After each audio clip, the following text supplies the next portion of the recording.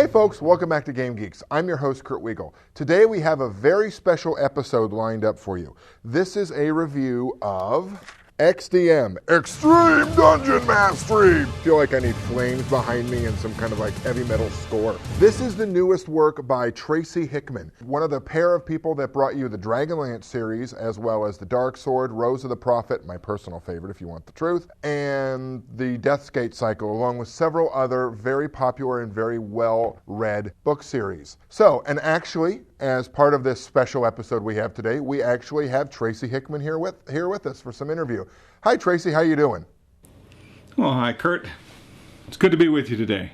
Well, we're glad to have you on the show here. So here's how I want to structure this. I'm going to go through, give some of my comments on the book, some of my thoughts, some of my favorite parts of it, honestly, and then we'll go back to Tracy every now and then with some questions and talk about sort of what was the evolution of this, how he got into it, and who I need to bribe so that I can be in it too.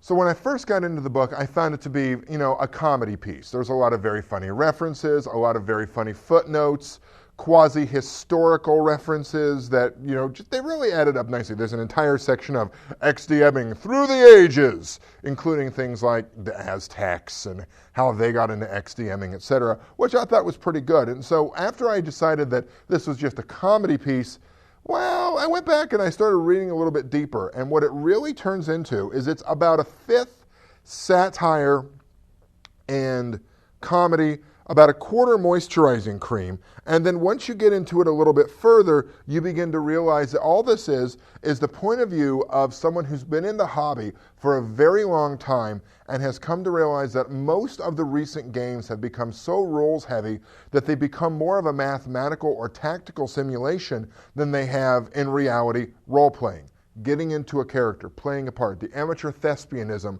of the entire hobby, which is something that I just absolutely resonate with completely.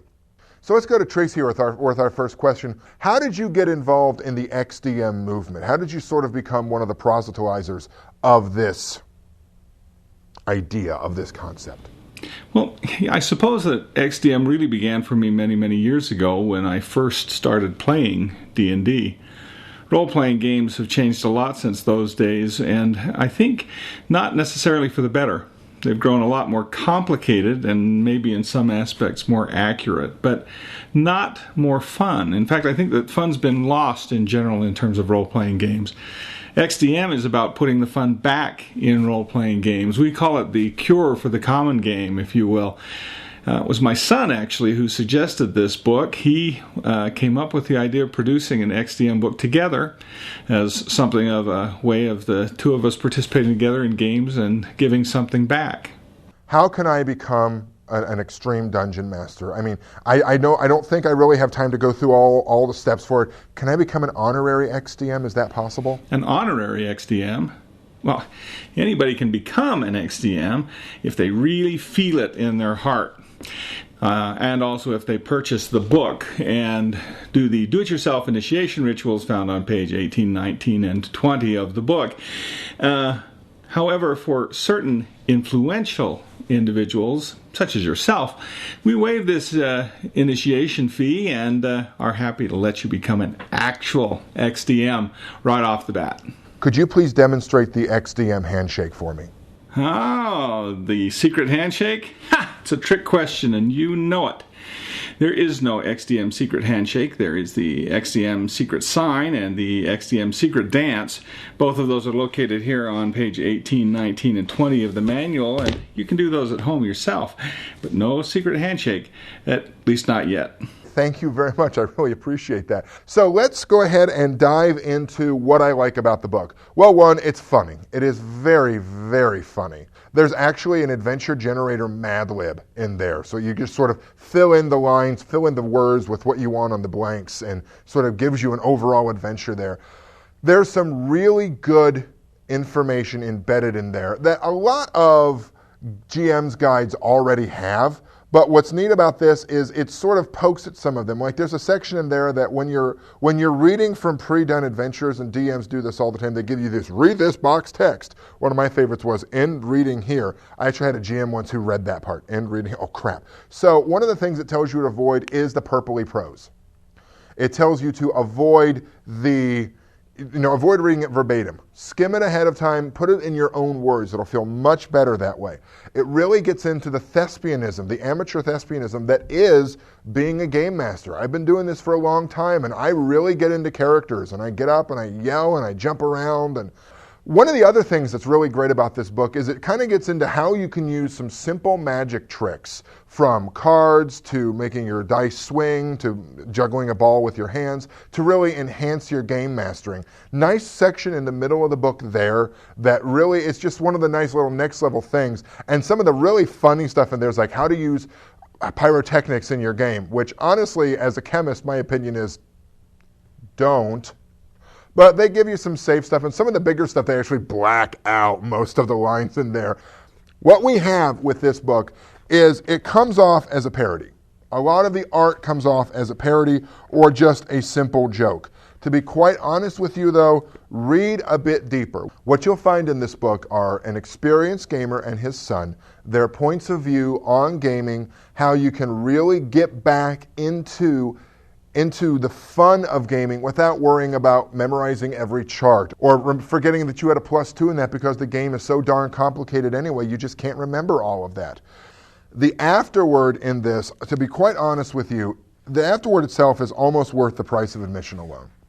And it's called Waiting for Gygax. And what it really asks you is, do you remember your first game? When you sat down to play, you didn't know what was going on, but it tripped parts of your imagination that you'd never really tripped before, and it just sort of opened you up. To me, it was almost a Plato's Cave sort of situation. I've mentioned on this show before, I remember my first game. If that can stick with me after 30 years of life, graduate school, jobs, wife, kids, dogs, then that's really something that's stuck in my brain. I really resonate with what he's saying in this afterword, that we've become so hidebound in rules, in regulations, and trying to remember every little detail that a lot of us have gotten away from the fun. I've done that myself on occasion. One more question for Tracy here. Where do you see, in a bit serious, a bit comedy, whatever you want here, where do you see role-playing going in the next 5 years or so? Where do you see is its direction at this point? Well, I see role-playing games over the next 5 years as changing, and I would like to see them change for the better. We've seen a trend in the last few years towards simulation games, things that are more complicated and more accurate, if you can be more accurate in an action-adventure game. I don't know, I would like to see role-playing games get back to their roots, back to having a good time, people gathering together and enjoying each other's company and mutual storytelling. That's what XDM is about anyway, and I think that in the next 5 years or so, we may see a trend not necessarily toward more complicated gaming or more accurate gaming, but for more fun gaming, for gaming that includes people in new and creative ways. Okay, thank you very much. Those are some good points. Well, thanks, Kurt. It's been really great being with you. And don't forget to complete those initiation rituals so that you too will become an XDM. Ladies and gentlemen, I highly recommend you get this book. It is a great point of view for novice and very experienced game masters alike to remember what it is that is fun about this hobby. For those of us at Game Geeks, good day and good gaming.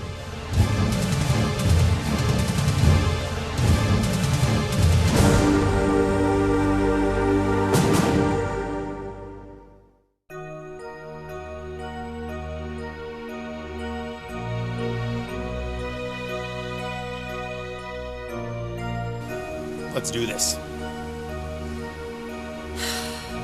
Okay, combat resolution round. You guys ready? Ready. Ready. Ready. All right. Do it.